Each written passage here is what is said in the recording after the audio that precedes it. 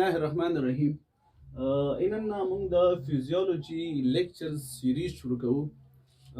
نننی لیکچر دا د فیزیولوژي د سیریز اولین لیکچر دی چې په دې کې به موږ د فیزیولوژي سره انټروډکشن پیژنګلي یا تعارف کوو. فیزیولوژي دا د موست فیسینیټینګ او انشنٹ برانچ اف ساينس دی، یعنی دا د ساينس یو داسې څانګه یا برانچ دی چې موست فیسینیټینګ یعنی ډیر دلچسپ او بل انشنٹ ډیر قدیم دی. ولی فیزیولوژي فیسینیټینګ ده؟ ځکه چې unfolded the complicated body functions. همدا فیزیولوژي وا چې دا څومره په وجود کې کمپلیکیټډ یا پیچلی یا مغلق فنکشنز ترسره کیږي، یغې نه پرده اوچته کا هغه معلوم کړي چې دغه فنکشن څنګه رامنځته کیږي. دویمه موږ وایو چې فیزیولوژي ancient branch of science دی، یعنی دا د ساينس یو ډیر زندن یا ډیر زوړ برانچ دی. وجه څه ده چې دغه فیزیولوژي د هغه وخت نه موجوده ده د کوم وخت نه چې ژوند شروع شوی دی. ever since the origin of life. کله نه چې ژوند شروع شوی دی دوم هغه وخت نه فیزیولوژي شروع شوی ده، ځکه چې د ژوند شروع کېدو سره فیزیولوژیک فنکشنز یا باډي فنکشنز هغه شروع کیږي او د فیزیولوژي بنیادی بحث هغه د باډي فنکشن څنګه رامنځته کیږي دغه انفولډ کول دي. ها فیزیولوژي وې حتی موجوده وا ایون بیفور کلچر او سوسایټي. کله چې لا انسان کلتور نه پیژندو، کله چې لا انسان د یو سوسایټي په شکل کې نو، د یو ټولنې په شکل کې نو.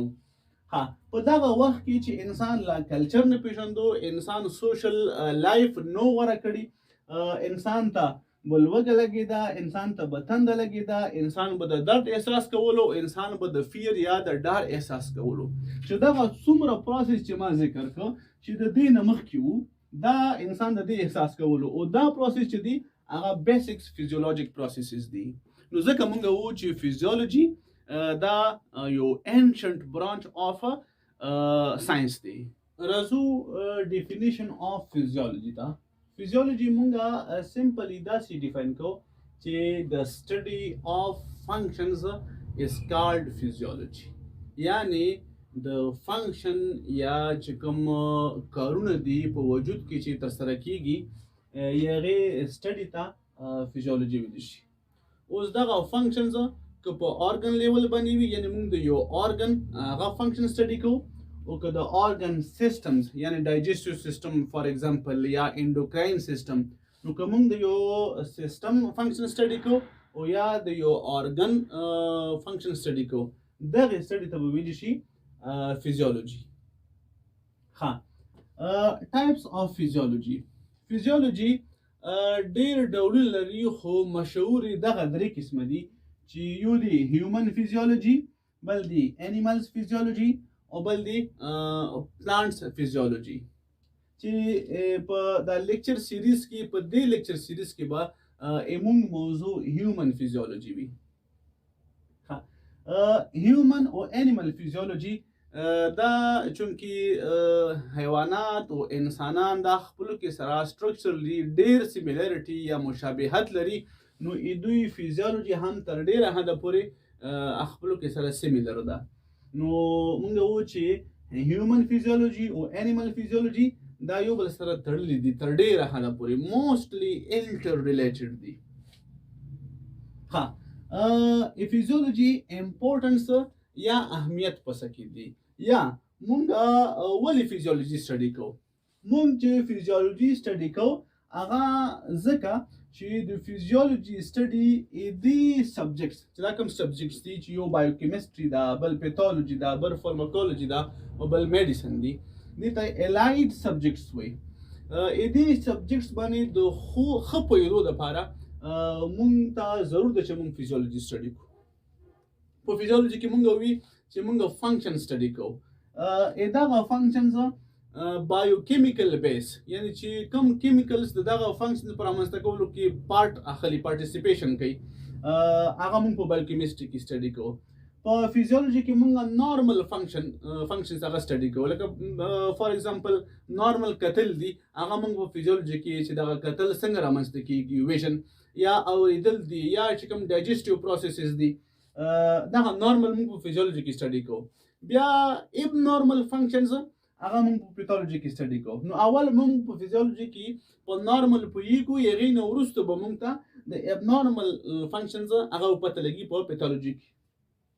درېیمه فارماکولوژي، د یو ابنارملټي یا د یو ډیزیز د ټریټمنټ لپاره مونږ ته د اکثر د ډرګز ضرورت وي.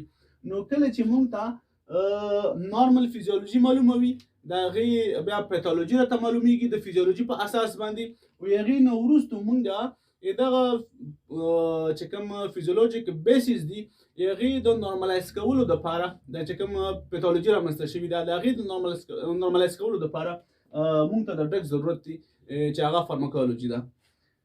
څلورمه مونږ چې یو ډیزیز ټریټ کوو د ډرګس په واسطه باندې، چې دغه ډیزیز څنګه رامنځته کیږي، څنګه دغه ډیزیز پرمختګ کوي، میکانیزم یې څه دي، څنګه به ټریټ کیږي او څنګه به دغه نه پریونشن کوي، هغه مونږ په میډیسن کې سټډي کوو.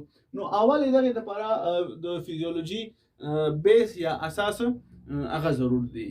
مونږ ووایو چې مونږ فیزیولوژي سټډي کوو.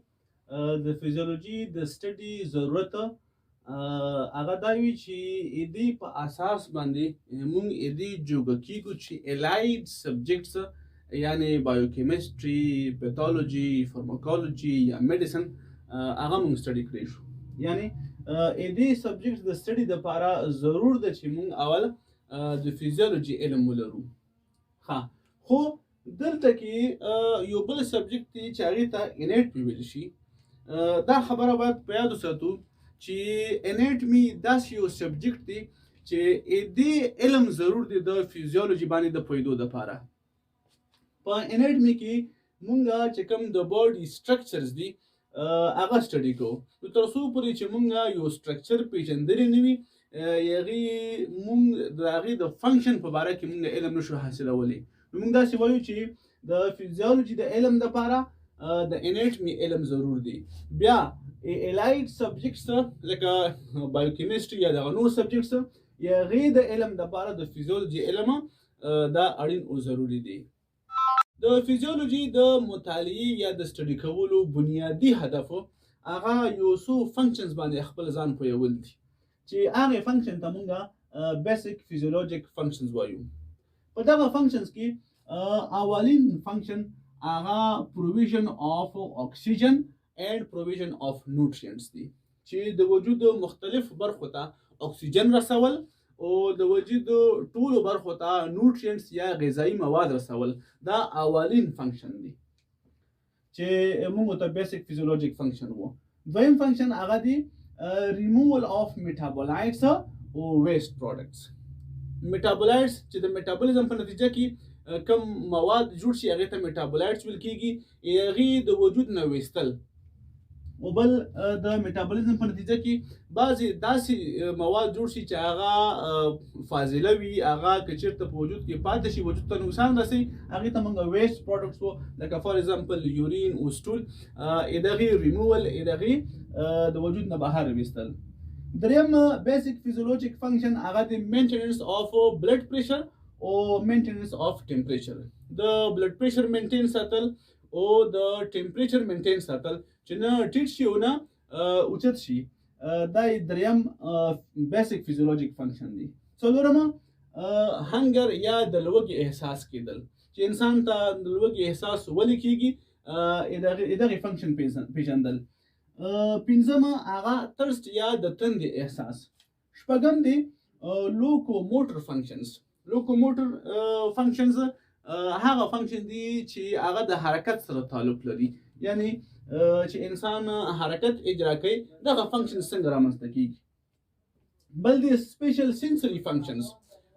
سپیشل سینسري فنکشنز کې مونږ بنیادي 15 فنکشنز انکلوډ کوو، چې په هغې کې یو فنکشن دی د ټیسټ کولو، ذایقه څکلو، بل فنکشن دی د سمیل یا د بوی کولو، بل فنکشن دی د کتلو، څلورم فنکشن دی د اوریدلو او پنځم فنکشن دی د ټچ یا د لاس وړلو. نو دغه ته سپیشل سنسوري فنکشنز وایي. دا چې دغه فنکشنز څنګه رامنځته کیږي هغه موږ په فزیولوژي کې سټډي کوو. د نسل زیاتولو فنکشن ته ریپروډکشن ویل شي چې دغه فنکشنز څنګه صورت نیسي دغه په فزیولوژي کې سټډي کیږي او دا په بیسیک فزیولوژیک فنکشنز کې شامل دي. نهم او اخیری هغه دغه ته ویل شي انټلیکچوال فنکشنز. هغه فنکشن چې هغه د ذهن سره تعلق لري یا د ذهانت سره تعلق لري، لکه فور ایگزامپل لرنینګ زده کړه کول یا میمورایز ساتل، یو څیز په یاداشت کې ساتل، دا دې ته انټلیکچوال فنکشنز ویل شي. نو دا هغه نه فنکشنز دي چې هغې ته موږ بیسیک فزیولوژیک فنکشنز وو. او موږ چې فزیولوژي سټډي کوو بنیادي هدف مو د فزیولوژي د سټډي هغه دغه بیسیک فزیولوژیک فنکشن باندې خپل ځان پوهول دي. نو دا خبره هم باید په یاد وساتل شي چې دغه فنکشنز چې کوم موږ یاد کړ دې په رامنځته کولو کې ممکنا چې مختلف ارګن سیستم یا مختلف سیستمونه هغه پکې پارټیسیپیشن وکړي، هغه پکې برخه واخلي. زه ګورو چې فزیولوژي د هغې د سټډي ترتیب هغه په څه ډول وي. په نړیواله کچه باندې فزیولوژي د هغې د سټډي ترتیب یا د هغې چې کوم عنوانات دي هغه بنیادي لږ په دې طریقې سره وي چې اول جنرال فزیولوژي هغه سټډي کیږي چې په هغې کې مونږه 5 څیزونه سټډي کوو. اول سیل، د سیل باره کې معلومات حاصلو، بل د یو سیل او د بل سیل چې خپلو کې سره جنکشنز دي هغه سټډي کوو، بل د سیل چې کوم سیل ممبرین دی هغې نه چې مختلف قسمه څیزونه هغې یا بهر وځي د سیل نه یا سیل ته داخلیږي دغه سیل ممبرین د لارې دغه ټرانسپورټس په کومو طریقو سره صورت نیسي. څلورم هومیوسټیسس چې وجود لکه بل فرض بلډ پریشر یا ټمپریچر دا مینټین ساتي، نارمل ساتي. دغه مینټیننس دا په کومې طریقې سره رامنځته کیږي. او پنځم ایسډ بیس بیلنس چې په وجود کې ایسډز او بیس دا څنګه په یو متوازن حالت کې هغه ساتل کیږي. نو دا پنځه موږ سره د جنرال فزیولوژي هغه ټاپکس دي. دویم بلډ اینڈ باډي فلویډز، دویم عنوان یا هیډینګ د فزیولوژي هغه بلډ یا وینه وي او بل په باډي کې چې کوم فلویډز دي هغې سټډي. دریم مسل فزیولوژي چې کوم باډي مسلز دي، که دا هارت مسل دی، که دا سکیلټل مسلز دي او که دا سموث مسلز دي هغې فزیولوژي چې هغه څنګه فنکشن کوي. څلورم ډایجسټیو سیستم فزیولوژي، موږ د هضمي سیستم چې کوم دغه د فنکشن دی یا کار دی چې هغه په کوم طریقې سره صورت نیسي. پنځم رینل فزیولوژي چې موږ ګردې څنګه کار کوي، د انسانانو ګردې خپل فنکشن هغه څنګه اجرا کوي. او بل اکسکریشن چې د ګردې فنکشن کې یورین جوړي، به دغه یورین څنګه اکسکریټ کیږي، وجود نه بهر ته ویستل کیږي. شپږم هغې ته ویل شي انډوکراینالوجي. موږ سره یو سیستم دی انډوکراین سیستم، دا یو هارموني سیستم دی. په دې کې موږ هارمون سټډي کوو. دغه هارمونز څنګه خپل فنکشن سرته رسوي هغه د انډوکراینالوجي بحث دی. اووم نمبر ریپروډکټیو سیستم فزیولوژي چې په دې کې موږ میل او فیمیل ریپروډکټیو سیستم هغه چې څنګه خپل کارونه کوي هغه سټډي کوو. اتم نمبر کارډیوواسکولر سیستم فزیولوژي، په دې کې موږ د هارت او د ویسلز یا د رګونو هغه چې کوم کارونه کوي دغه کارونو فزیولوژي سټډي کوو. نهم هغه د ریسپیریټري سیستم چې کوم موږ د تنفس دپاره سیستم دی هغې فزیولوژي. او بل په خاصتا په دغه سیستم باندې د انوایرمنټ افیکټ، لکه بل فرض په ریسپیریشن باندې د های الټیټیوډ هغه څه اثر دی یا په ریسپیریشن باندې د ایکسرسایز څه اثر دی. دا قسم موضوعات موږ په انوایرمنټل فزیولوژي کې سټډي کوو. لسم موږ سره دی نروس سیستم فزیولوژي، په هغې کې موږ نروس سیستم که دا سنټرل دی او که پیریفرل دی هغې فنکشن سټډي کوو. او یو لسم اخري هغه موږ سره سپیشل سینسز دي. لکه مخکې مې چې وویل سپیشل سینسز کې موږ سره بنیادي 5 څیزونه دي. یو خوند څکل دي، ټیسټ، بل دغه دی الفیکشن دی یا بوی احساسول دي، بل ویژن دی کتل دي، بل هیرینګ دی اوریدل دي، او بل ټچ یا لمس کول یا لاس وړل دي. دغه سپیشل سنسز دي. د فزیولوژي دغه سنسز څنګه کار کوي؟ هغه دغه کارونه په سپیشل سنسز فزیولوژي کې مونږه